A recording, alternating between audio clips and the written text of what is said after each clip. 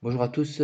Donc, dans la continuité de la première vidéo que vous avez eue afin de prendre en main Fusion, le logiciel Fusion 360, qui est un logiciel de modélisation 3D, nous allons réaliser notre propre projet, notre premier projet, qui est la réalisation d'un porte-clés à l'effigie de l'école des SNE et nominatif pour chacun. Donc, comme on le voit ici sur notre photo à l'écran, eh bien, on a créé un porte-clés avec un relief 3D avec une inscription. Donc, pour ce faire, nous allons aller dans Fusion 360. On arrive sur une page vierge. On va se mettre sur, comme vous l'avez vu dans la première vidéo, sur la face du haut. On va créer un sketch, une esquisse en français. On va choisir la face qui est bien la face du haut. Et on va démarrer d'un rectangle. On va faire créer un rectangle. Rectangle en par le centre. On clique ici. Alors là, il nous propose la largeur. On va mettre 55, ça c'est vous qui choisissez. Tabulation. Et on fait 55 sur 35. Et voilà, nous avons créé notre première esquisse. On va arrondir les côtés comme dans notre petit exemple. On va utiliser la fonction congé. La fonction congé va permettre de venir, et on va faire par exemple du 9 mm, de venir arrondir les angles. On va faire évidemment la même chose de l'autre côté.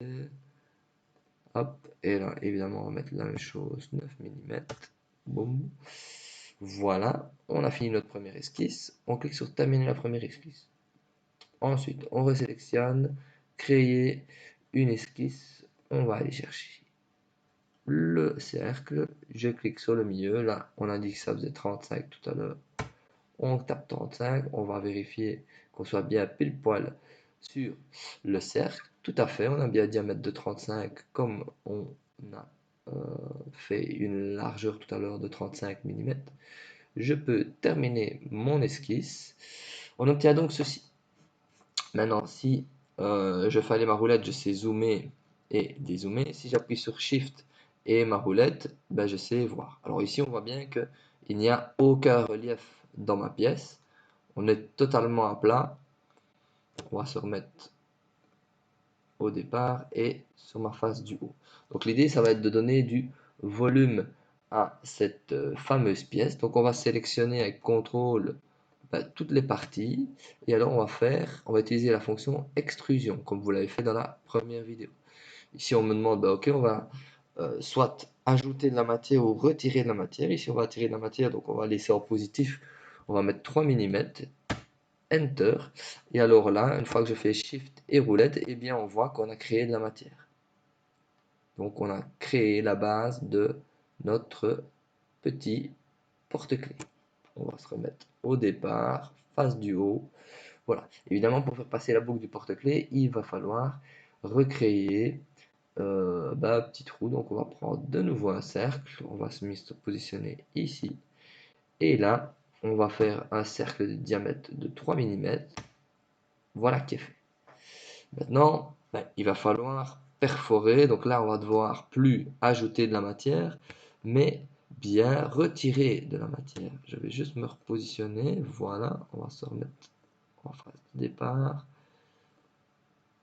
Voilà, voilà.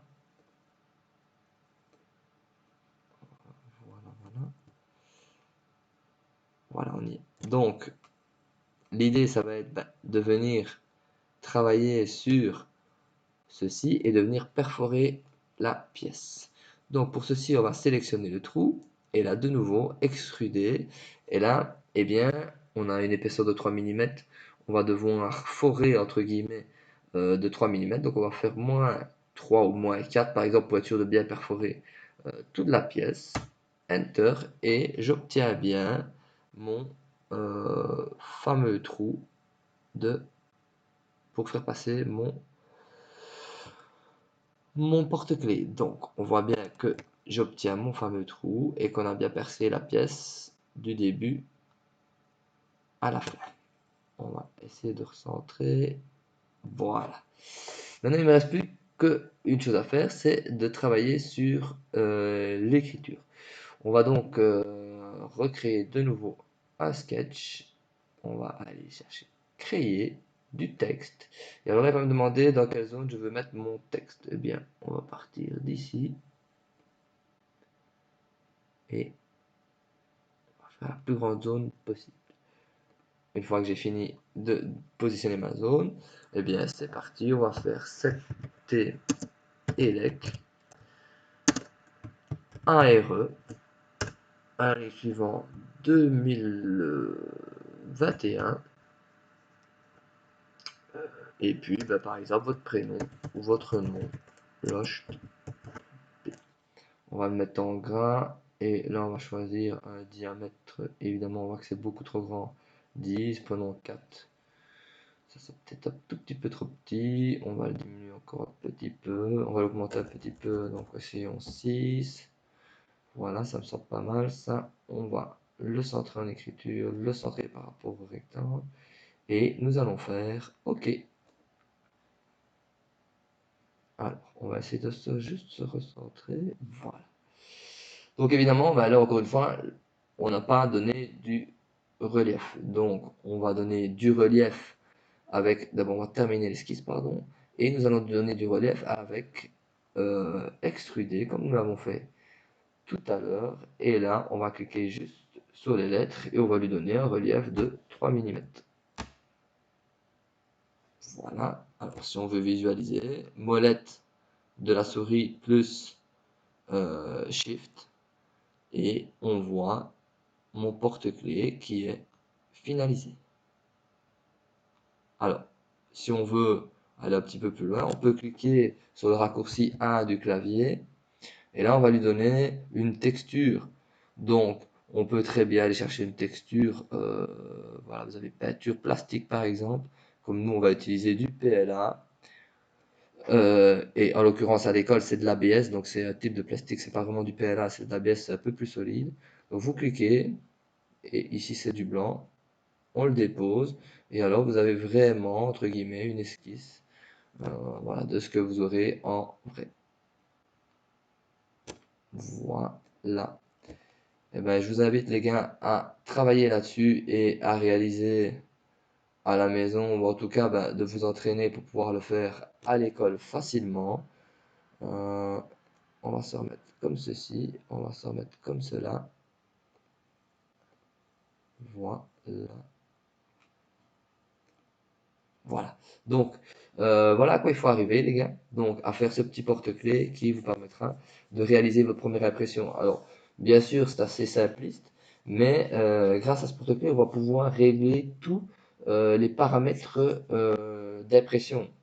Donc, ben, quel type de bobine on va utiliser? Si on va utiliser de l'ABS, du PLA, donc ça, ce sont les types de bobines que l'on peut utiliser, le diamètre, quelle température on va devoir faire chauffer la buse, etc., etc. Est-ce qu'on va utiliser des supports, pas de supports?